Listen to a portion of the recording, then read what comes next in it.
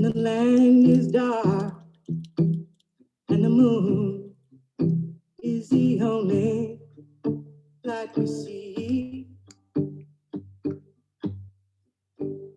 No, I won't be afraid. No, I won't be afraid. Just as long as you stand by me. Oh, darling, darling, stand by me. Oh, stand by me. Oh, stand by me. If the sky we look upon should tumble and fall, or the mountains should crumble to the sea, I won't cry, I won't cry, no, I won't shed a tear, just as long. Good afternoon. We're going to get started in just a moment. If you don't mind just sharing your name, role, and location in the chat. Darling, darling, stand by me. Oh, stand by me. Oh, stand by me.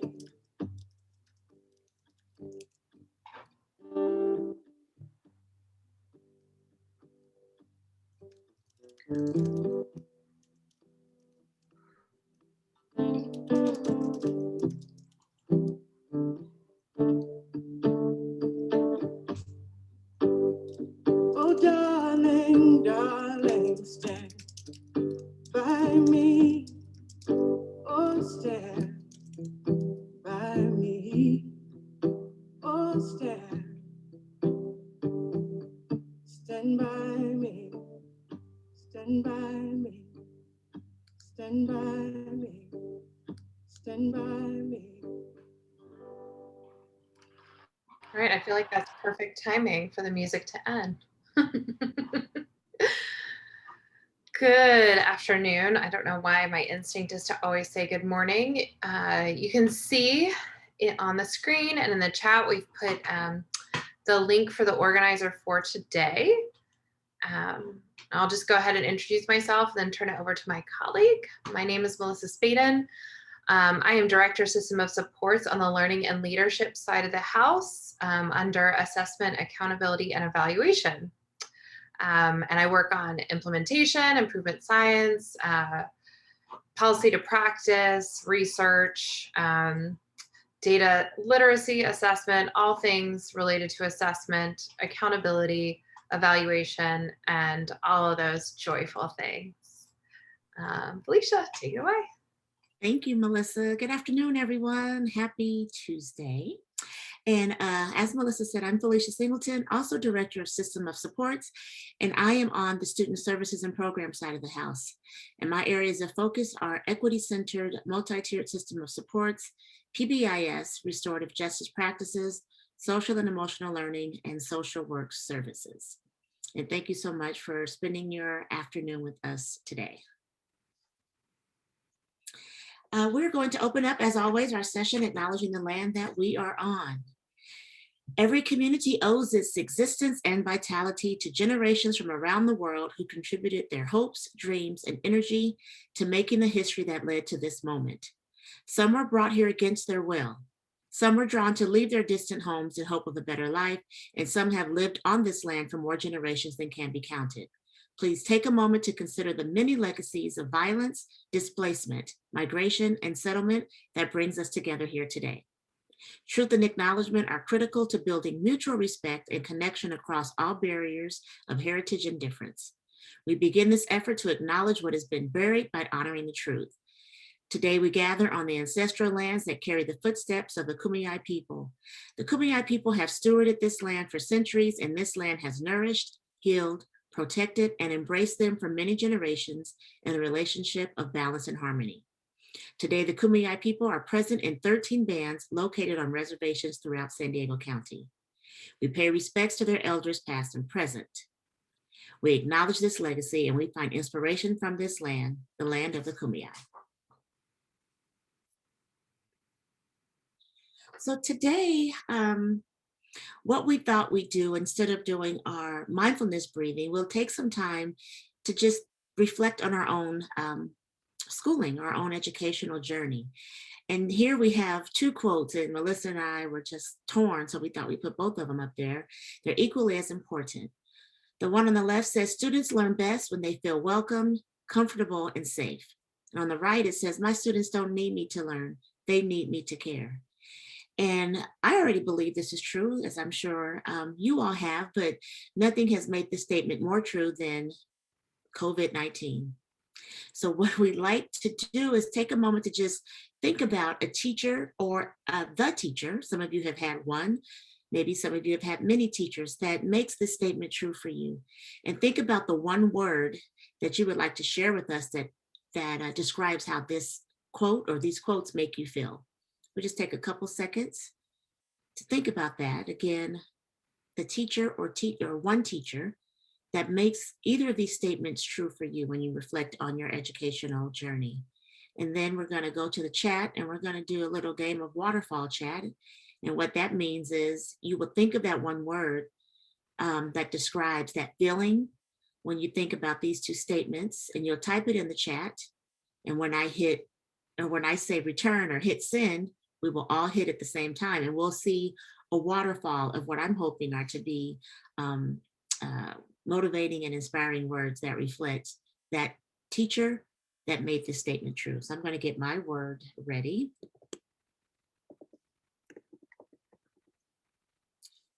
And on the count of 3, we're going to hit return and watch everyone's word flow through the chat. So 1, 2, 3. Validated, valued, powerful, heard, responsible, constant cheerleader, encouraging, seen. Wow, these are some powerful words, and it's our goal. We know we won't do it with this series or maybe with any of our own specific programs, but it's our goal that we're making an impact on the lives of students through this work as we begin to reshape our practice or acknowledge those things that are most important in education. Thank you, Melissa.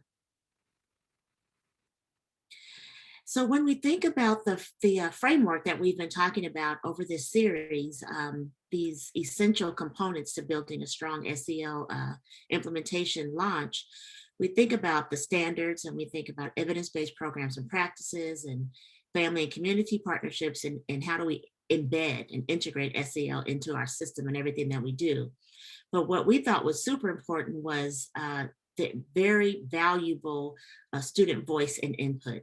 So we just took it upon ourselves, took the liberty to add to this slide and anchor everything that we're talking about in the student voice and input.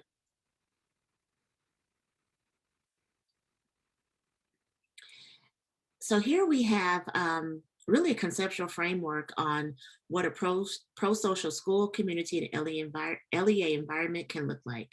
And what I love about this framework or this model is that it's not one directional.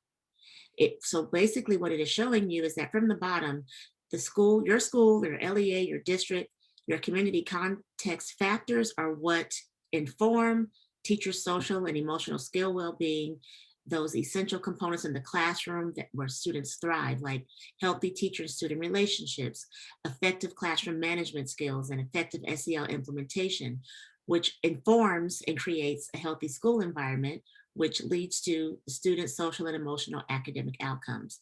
So again, we don't see this as a one-way street. We see this as the adults getting what they need.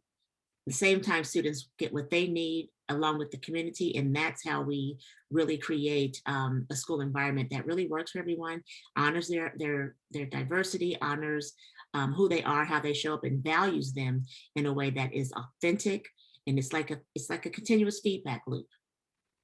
Melissa, would you like to add anything before I go on there? Okay, thank you. So, as you know, we have talked a lot about implementation science, and this graphic really outlines some very key steps on how to ensure that you are really leaning into implementation science and not jumping from, we want to do is SEL to, okay, we're an SEL school or district. So looking at exploration, looking at installation, initial implementation, and then even once you get to implementation, there's always room to make things better. There's always room to go back and progress monitor and see what's working and what is not working.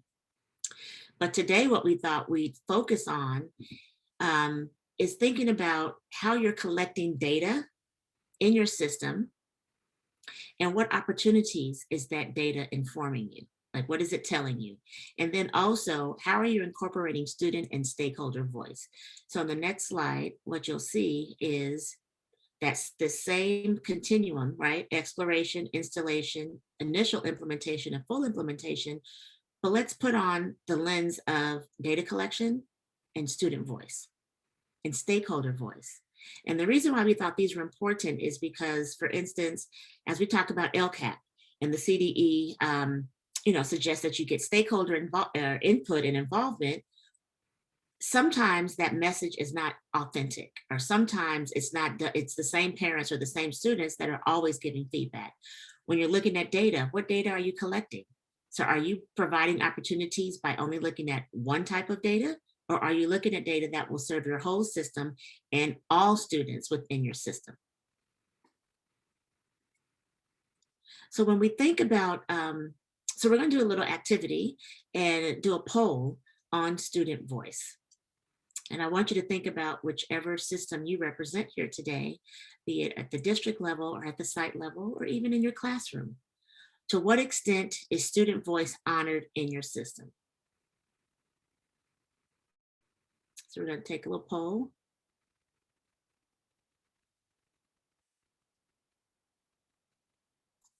Uh-oh, did I lose you? Okay.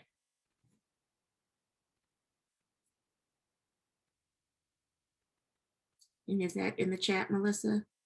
Or are they going to do it via Zoom? It will pop up in just a moment. Okay. It turns out I was not logged in.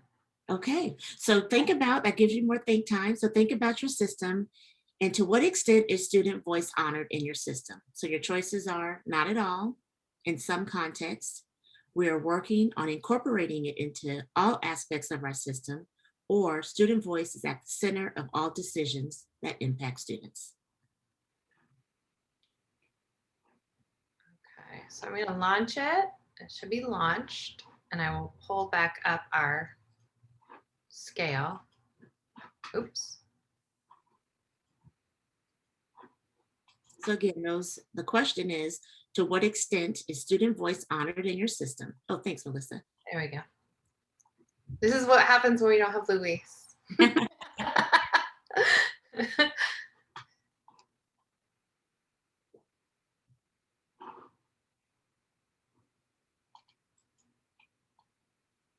Wow, right at 50%. Thank you for your participation. And we have a few more. Actually, I think that's probably, okay.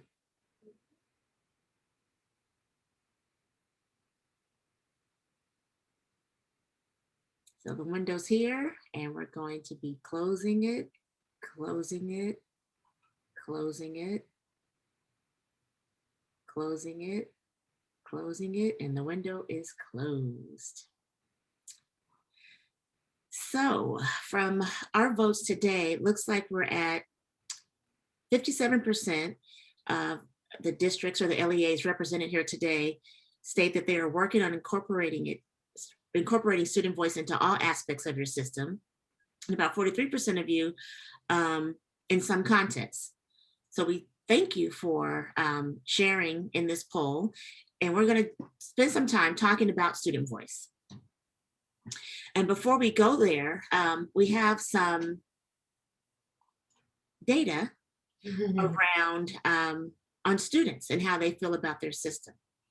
So if we could get a volunteer to read these, this really gives us some things to think about.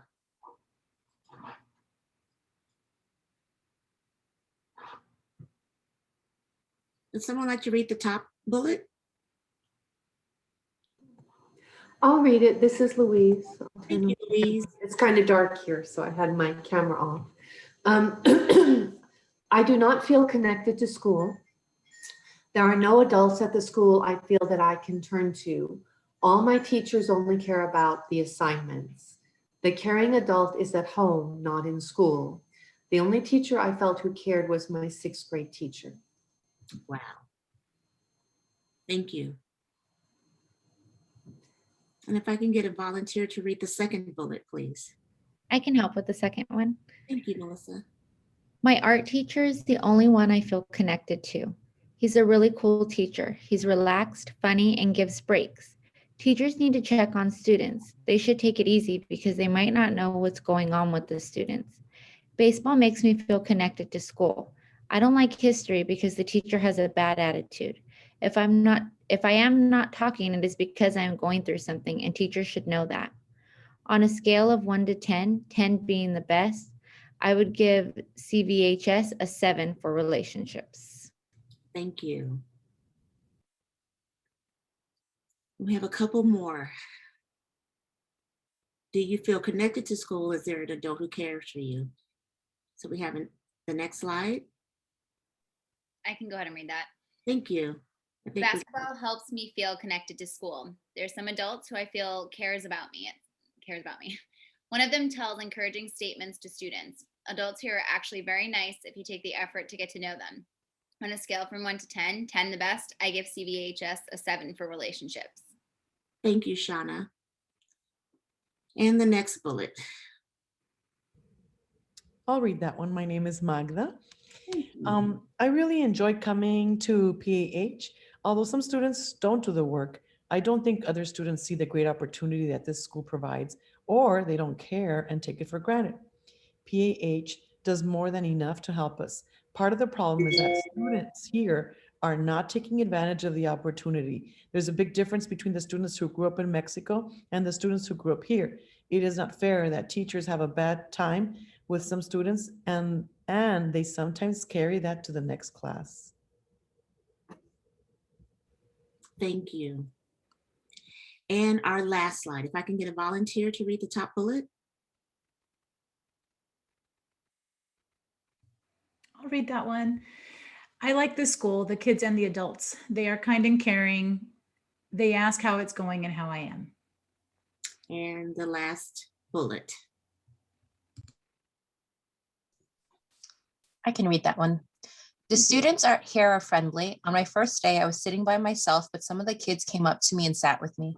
The only adult I feel comfortable with is Miss. She told me that I can come to her for help. I like teachers who speak to me respectfully and are funny. They seem less tense and I am comfortable with them. Thank you, Janet.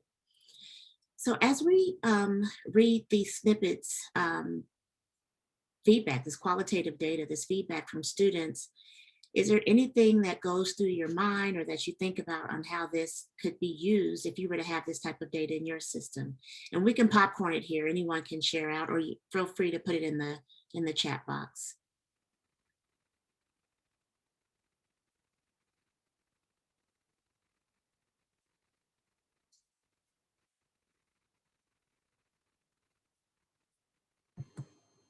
Hi, it's Louise.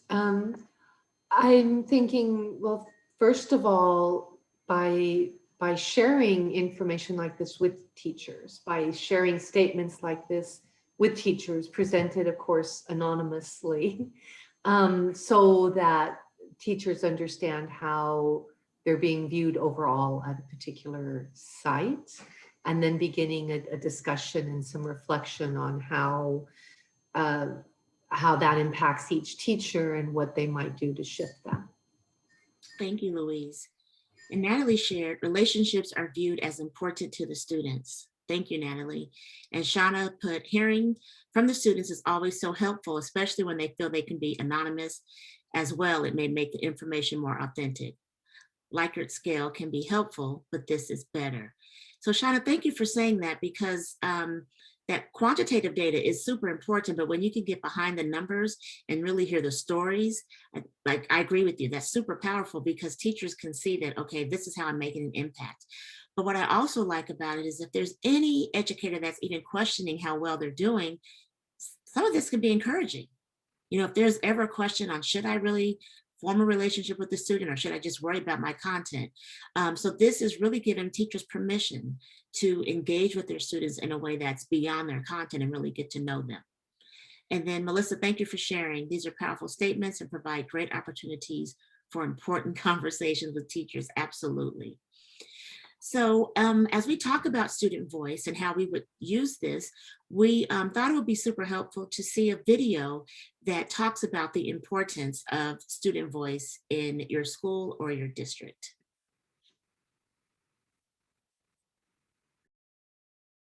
Fingers crossed this works as intended.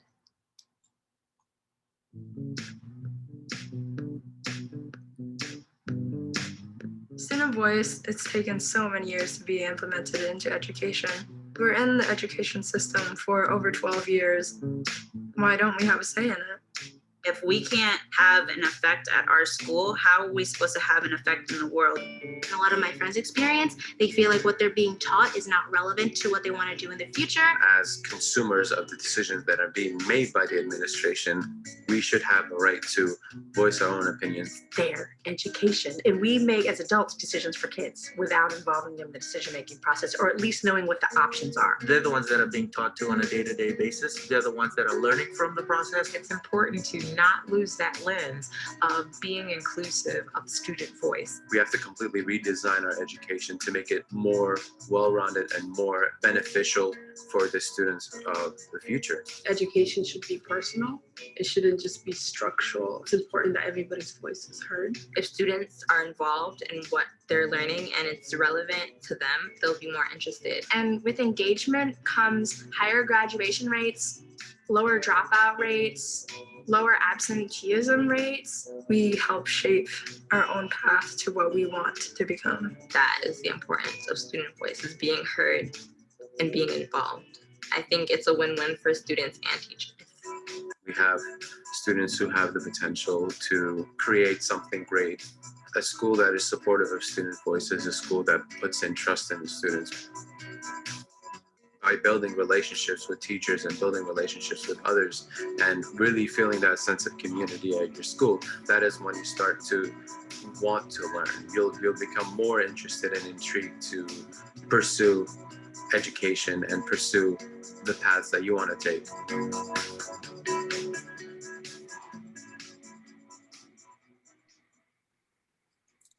Thank you, Melissa. So when I saw that video, it really hit home for me. And as I'm thinking about some of the descriptors you put in the chat, as we unpack those statements from those empathy interviews, the through line in there is about relationships and the importance of building that trust and relationship and honoring being heard. And when we think about an SEL curriculum, we know it talks about those competencies and self-awareness and responsible decision-making and self-management. And we talk about the adult work, but it's not enough for the adults to do their work and we adopt SEL and then we just start launching it without having that reciprocal or that two-way, that feedback loop from the students and getting their voice to see how it's working for them. So there's actually research. This is Melissa's jam, but we found out that there is actually research around youth voice or youth participation and really what that looks like. So we're offering this to you to view this, and I think you'll have it in your, it's probably in your Bitly also, but it's called Roger Hart's Ladder of Participation or youth participation. And what's significant about this, this framework again, or this research is that oftentimes as a site leader, a teacher, or a district leader, we think what we're doing is actually authentic youth voice. But what it actually is can sometimes be looked at as manipulation, or what rings true, what I think about immediately is decoration or tokenism. So we're getting that ASB president, or we're getting that star quarterback when we need to make a presentation to the community or make a presentation to the board. But how often are we actually creating places and spaces that are safe for students to voice what it is that they're concerned about and what it is they would like to bring forth, right, to leadership, and not just be silent and say, oh, you're a child, you don't know what you're talking about, is typically their response. So this ladder of participation gives us an opportunity to think about where we are in our system. And I'd like to ask a question just for your own individual think time. Where does your school or your district, depending on your role, where do you fall on this ladder of participation?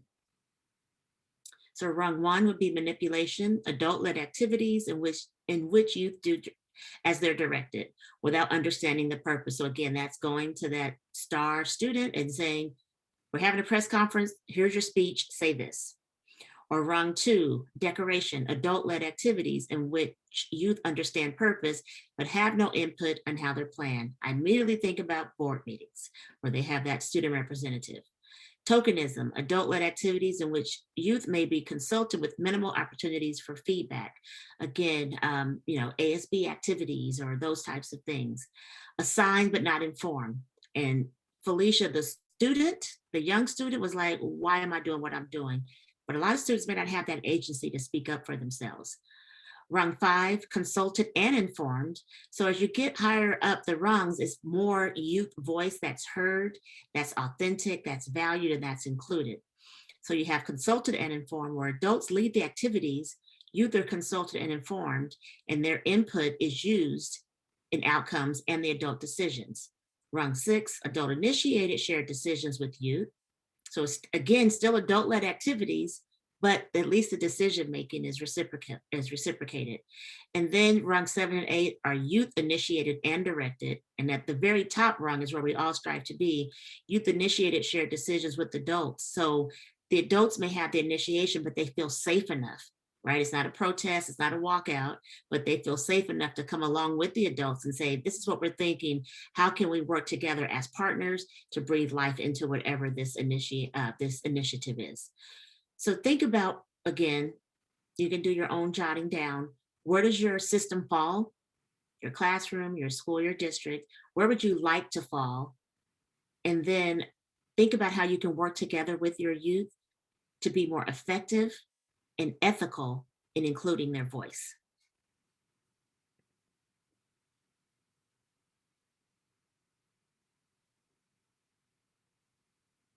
I believe this is also applicable for that first row of the organizer that we put in the bit.ly link, where it asks what you're already doing around youth voice. So this might be a good opportunity as well to think about what's happening right now, which rung your organization is at. A good shorthand.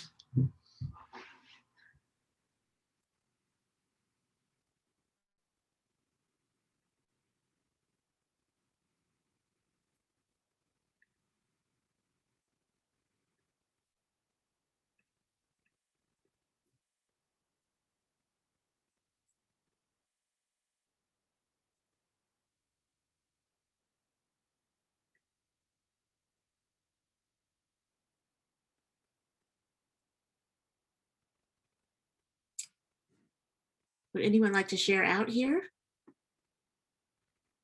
And no shade if you don't, it's safe space. Just having a conversation today. If you have something you'd like to share or offer that could be helpful to the group, please do so, please share.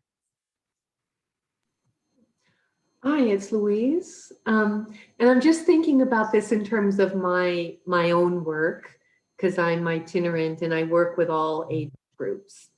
And so I think of over the years, I've probably been on every rung on the ladder. And I don't know where I average. And I think in part that depends on the age of the student, because the younger the student, the more it tends to be probably lower on the ladder.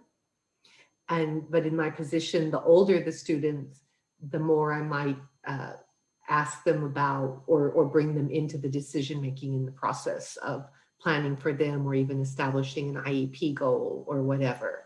So this is making me think about how can I do that with a really young student? You know, Right.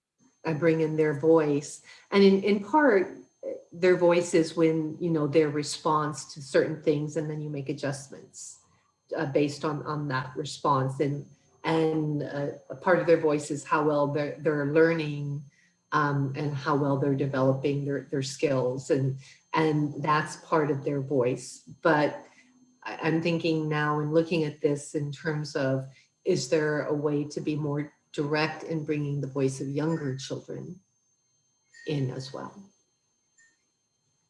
And thank you for bringing that up. I think about when you talked about students who qualify for extra support through an IEP, and I had an experience, one when I was a school counselor, and I wasn't the head counselor, but I would go to these meetings, and it was just the parents and the teacher and, you know, the counselor and the team talking about these students as if they were not people, right? It was just, we can do this, and this is what we're going to do. This is the plan, without that voice. And as over the course of my career, started seeing that even though they're little, they do have something to contribute, you know, and if we're not asking them for their input, we don't know what's truly happening in that classroom. And so when I became a site administrator, I started, and parents would say, I really don't want my child there, because in their experience, that process had been from such a deficit place.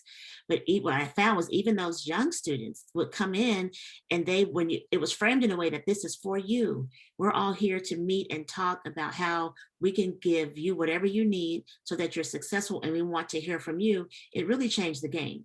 So I love the fact that you reminded us of, even in something as sensitive as services in an IEP, how students should be a part of that, right? They're the center of those services and supports, and it would be awesome to be able to at least hear feedback from them on what that experience has been like. So thank you for bringing that up. Thank you. So we have, and this is obviously you will have this, but we also have another tool called the Spectrum of Student Voice. And this tool, when you think about it, it's around adults and authority, and how they demonstrate that authority. They demonstrate trust. So the further you go across this continuum or this spectrum, the more you are increasing that student agency, the more you are increasing that student's influence and ability to make decisions, the more you're trusting that youth to make decisions on behalf of themselves and their fellow students within within that educational system. So this is called the Spectrum of Student Voice, and we access this from the Students at the Center Hub. So again, we can look at all of those columns and then think about our own system and think about our youth voice and where exactly are we falling.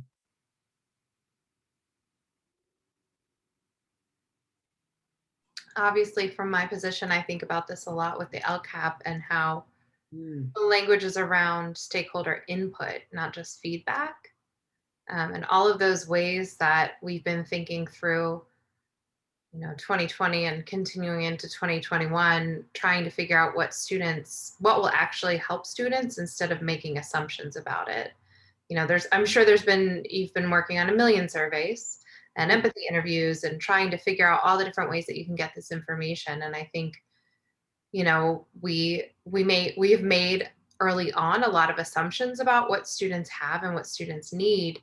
And as things continued, we realized that a lot of that was wrong, because we were coming from the adult's point of view, right? And realizing that we really need to find out where students are, what their needs are, what their abilities are with technology even. I mean, all of these different aspects. And so bringing them at the forefront of the conversation, and sometimes having them lead that conversation, because it is their system. What was the language? They are consumers of the educational system, and they're the actual, customers when we think about it. And they should have some input into the way things can be changed. And they have a really important perspective as that final end user. Yeah. Because they see a lot more than we do. Exactly. And Melissa, I love that you bring that up, because when you see those surveys that the only options are what the adults want, there's no other, there's no room for a narrative. Again, that's decoration. That's saying, okay, we've gotten their feedback, but it was it was staged, if you will, or it was a massage to go that way. So, having that authentic feedback and opportunity for input and being okay with it. Like, we don't have all the answers. And when we at least open up the option, the possibility of what we can learn from our students, I think that really changes the game.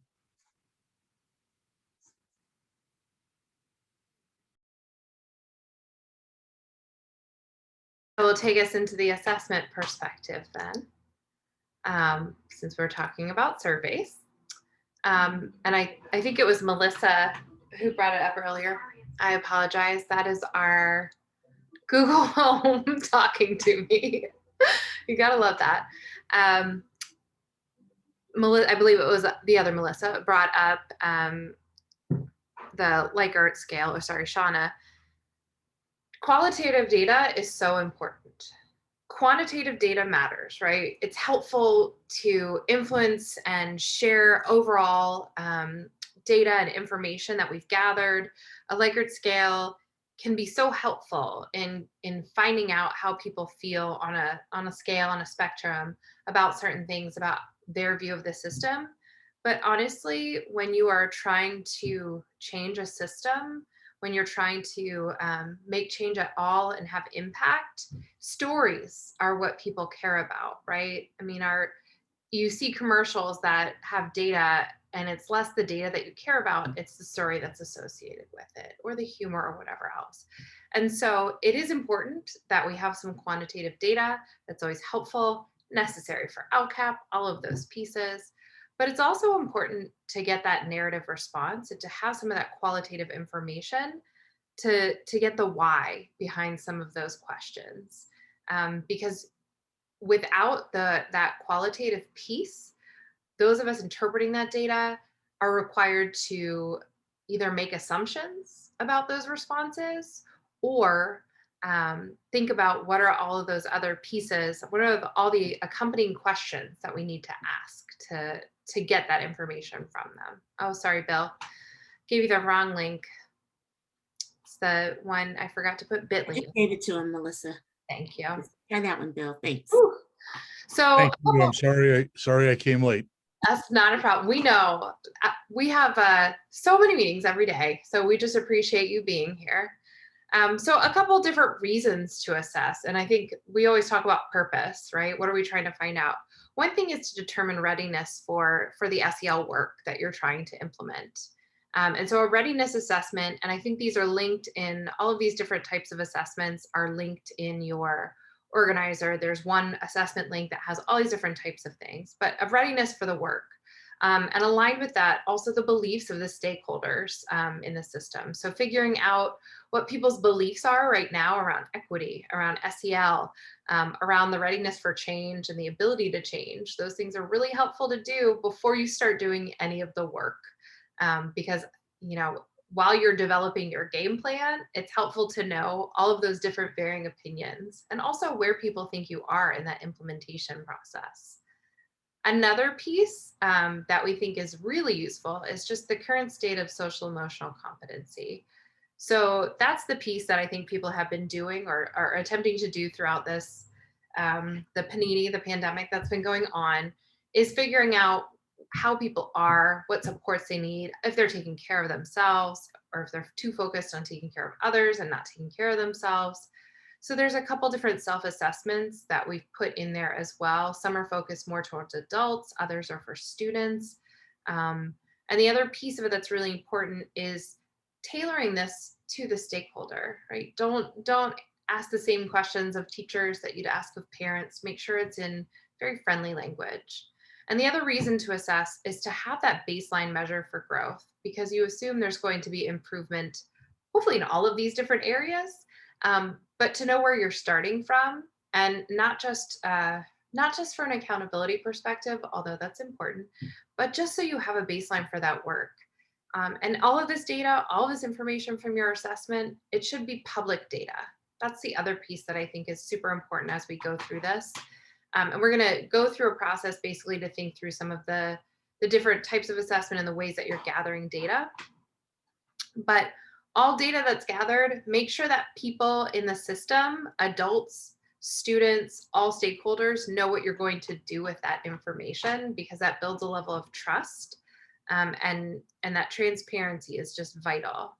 So what we did is, and I know this is way more words than we should have on a slide, so I apologize for that, but just thinking through when you're trying to assess for readiness or for whatever else, and create some sort of idea of level of implementation and assessment process, you really have to think about all of the different stakeholder groups and figure out where you're going to start, because you want to get information from all these people. But if you've ever sent out one survey to all these different stakeholders, you'll know that the information you get back might not be the best evaluation of what people know or where people are, right? And so thinking about your school-based folks should get a different assessment than your district-based folks should get a different assessment than your community, family members, all of those pieces. And that doesn't mean that you need to create, 6 distinctly different surveys, but figuring out what those core questions are, and then figuring out what would make sense for those audience members. So the 2 pieces that we that we think are really important is prioritizing them, first of all, to their influence on SEL implementation. Believe it or not, parents are really high up there in SEL implementation, really for implementation of most things that are change related in the school, because if you don't bring your parents alongside, if you don't educate them as you're educating teachers and students, there's going to be a lot of pushback, and unnecessarily, right? Especially with SEL. And the other piece is their interest in SEL implementation. So we need to prioritize not just by influence, but also by folks who are interested and will be your biggest cheerleaders. That's a way that we always think about building your coalition of the willing, is who's going to be your biggest and loudest cheerleader, and who do you want people, or who do you know people will be listening to in this process. And then thinking about what you're trying to achieve. One of the biggest issues that we have in any type of assessment, so I'm calling surveys, any type of evaluation, all of those pieces, is that we try to do too many things with one assessment, and that's why we don't have great results. So if you're creating this communication plan to figure out what people need, where people are, thinking about your really fine-tuned goal and making that transparent. Again, all of this should be public information. There's no reason to hide any of this.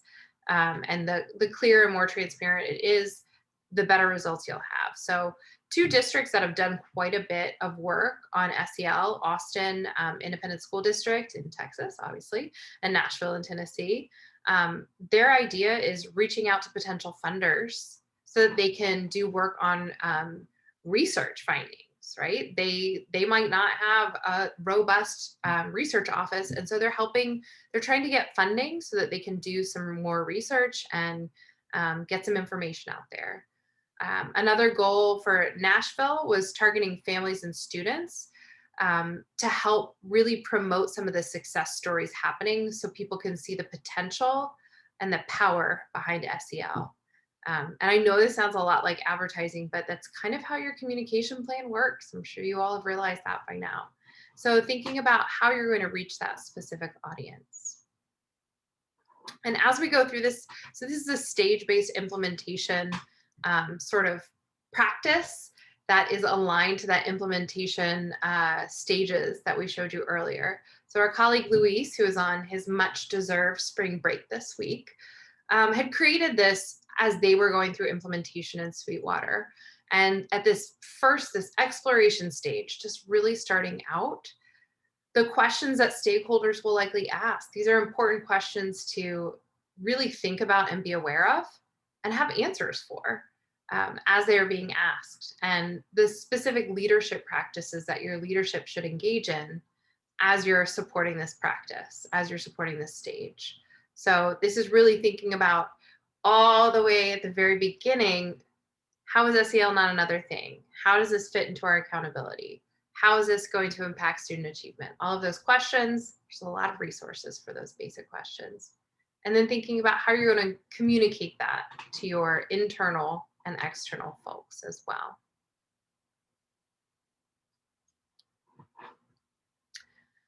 So I want to go through 3 and then we're going to pause for a little bit of think and share out about where we are right now. Communicating your message, developing your message. And I've done a lot of work around formative assessment or instructional assessment, creating the kind of the preparation that needs to happen in a school or a district to implement formative assessment. And part of what we do is an elevator pitch, why this matters.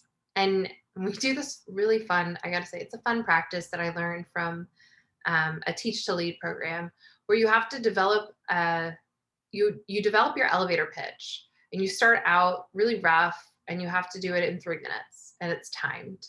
And you are facing someone, and you each have 3 minutes to share your elevator pitch. You get feedback really quickly, and then you switch, and you have to do it in 1.5 minutes, your elevator pitch. Get feedback, you move on, you have to do it in 1 minute, and then you have 30 seconds. And I think sometimes that 30 seconds is probably the most realistic version of what you're going to be able to get across to people. But thinking about what's your core statement, right? Why SEL? Why are you going to do this? And thinking about that core sentence, that core statement, really setting the stage for all of the rest of the work. So it's really thinking about your vision, your mission, your goals, your district needs, your student needs, and thinking about how much you can communicate in there. And then some key messages that align with that. So starting with that key statement, right? That's like your hook. Your key messages that are short, succinct. You could give this on a note card to anyone and they could share it out really easily, accessible to everyone. And then what your support points are. And if you're an English teacher, this probably feels really familiar to you, because this is how you do an informative or an argumentative speech. But really having those key messages and those key support points. I love the idea of message mapping. We didn't go too in detail in it because we only have a total of an hour together, but message mapping and thinking about what are your key messages and which stakeholders can that align to, so that you're not doing that duplication of effort. And so it's kind of like doing system mapping as well, and seeing what the work is across your system and thinking through those same pieces. But as Felicia talked about with student voice and the importance of having student input, that's where this core statement as well, and that rough draft thinking and that student conversation comes in. Because why should students want SEL? What are the outcomes that they could potentially have if school feels the way that they need it to, if they're getting that social emotional support, if they're doing that learning together? And so what are those outcomes that they could have? So I just want you to just take a moment, and we've talked about our why before and something that we've been refining, but I just want everyone to take a minute or two, or maybe I'll give you the 1.5 minute elevator pitch time to prepare, and think about what would be your why for this. What's your core statement? It doesn't have to be beautiful. It doesn't even have to be attractive in any way. It can just be a jumble of words together that seem to make sense to you. But take a moment and just jot it down either in your organizer or paper if you're like me and have scraps everywhere. What would be your core statement for why SEL for your district or LEA?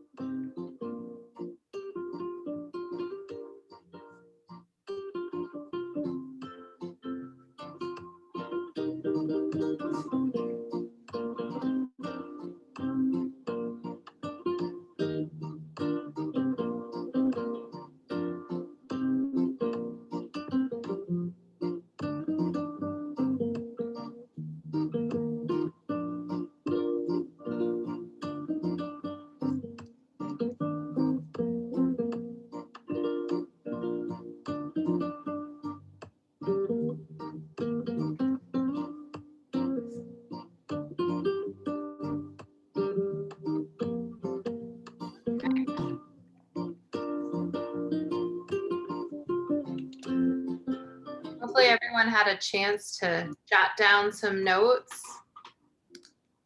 I quickly muted myself before I realized I was going to sing. So that was a bonus for everyone.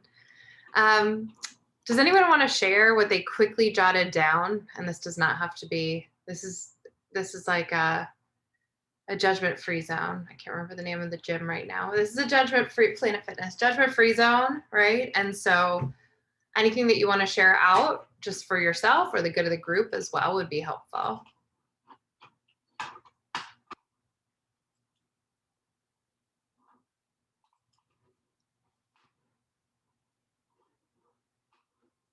Thank you, Shauna.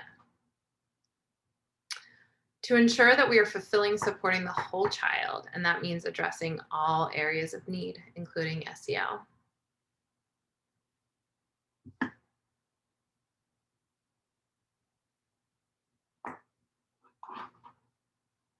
Well done, Shauna. I love succinct.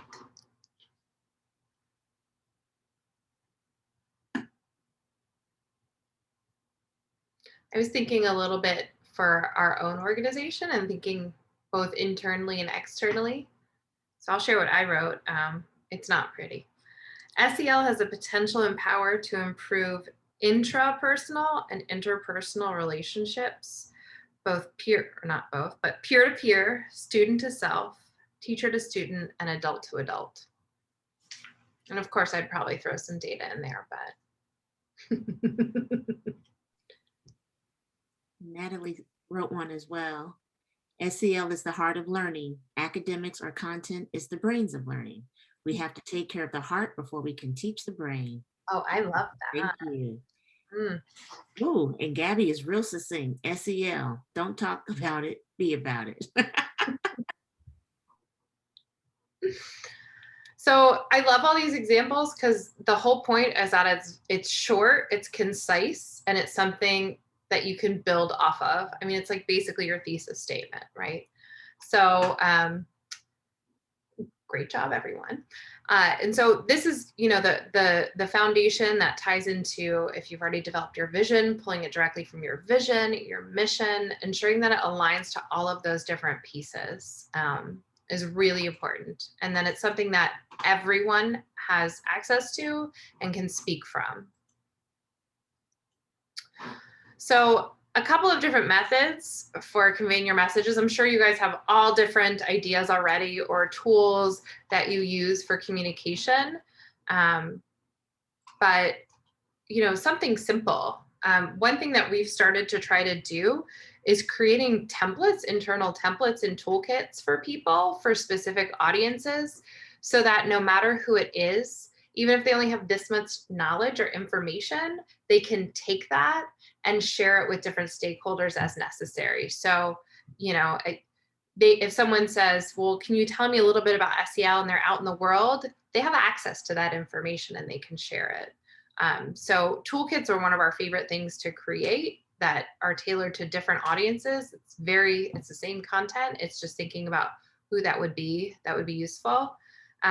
We know social media and the different types of social media, but also there's a couple different other ways, like contacting your local news media. Our news right now, they want happy stories. It's not been the most uplifting time in the world. And so there's a lot of questions out there or requests for positive news stories. And, you know, it's never a bad idea to have students share out, you know, just sharing some of the good work that's happening and why you're focused so much on SEL. And then, you know, short videos like the one we shared, 2 minutes, are so impactful. But thinking about also tailoring the message to the audience, you know, we had a lot of folks talking about using Facebook to reach students, and no offense, but Facebook's not cool anymore. So, or Twitter even, you know, and so if you're actually trying to reach students, using that student voice and saying, you know, what are you kids up to these days? What's the best social media way to reach you? And sadly, I think it's TikTok, which does not have the best privacy yeah, the best options for privacy, but you really have to tailor it to your group. Facebook is for parents, and other people, you know, mid-20s and above. And so thinking about what is that access point, researchers are on Twitter. Those are great people for that access. But again, really tailoring it to your folks. Yeah, thank you, Bill. Thank you, Bill, for also sharing. We cannot choose the things that will happen to us, but we can choose the attitude we take toward anything that happens. Their success or failure depends on your attitude. We have to help kids know this, and SEL is the foundation of it. I love that. And Bill also said, be sure you ask every week because it's changing. I gave up on that long ago. Once I stopped teaching high schoolers, I lost all connection and relevance, and can only hope to find a few things out, you know, a month about what's happening and what the cool young kids are doing these days. And this last part is a communication plan.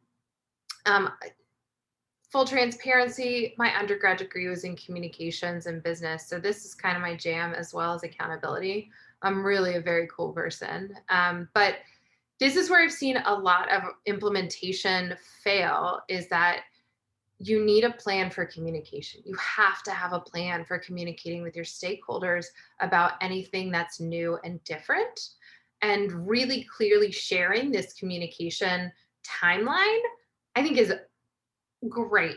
You'll hear me talk about transparency all the time, no matter what context, because when people know what has happened and what is coming, there's less fear. And fear is where you get the anger about not being involved in decision making. It's because fear of that unknown.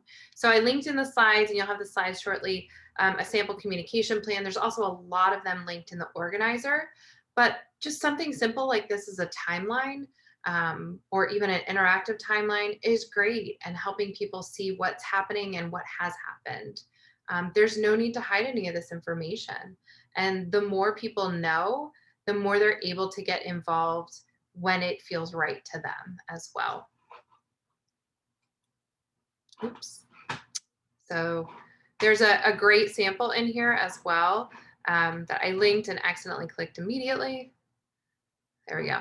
So there are two pieces in here. Sorry, let me go back. Oh, there's supposed to be a moving piece in here, but I think I removed that. What this team has done is they actually went through, they aligned the focus area rubrics from CASEL, and they created a timeline for it. So with each of these aspects, they're recording what they're doing, they're making it clear and transparent. And then what this piece with the Note Your School's Progress, the district level you're seeing on the left side here, on the right side, is asking for that school feedback and input. So where are they in the school level implementation, and what supports do they need? And so they did this, I think this was back in the old days when we did things in person. They had an in-person session where they thought through where their school was in implementing these different pieces. So as they're building these, the district level or the LEA level, they're also ensuring that folks are seeing what worked and what they still need support in. And doing that constant measurement and that progress monitoring along the way is really another indication of ongoing assessment and ongoing communication that brings your stakeholders truly into the process. So I know we've talked a lot about bring the stakeholders in, but as two people who've worked on a lot of implementation projects, Felicia and I constantly talk about how implementation goes bad when we don't have full transparency and we don't have folks fully engaged and authentically brought into that process as it's going on. I don't know about you, but every time I've been told, oh, well, you know, we're going to work on this now. And you ask those questions of like, well, who decided this is the right thing to do? Where's your needs assessment? You didn't talk to us first. We've already done this over here. And so no matter what you're working on, just having that eye of the constant transparency and bringing folks in to have that conversation is really important.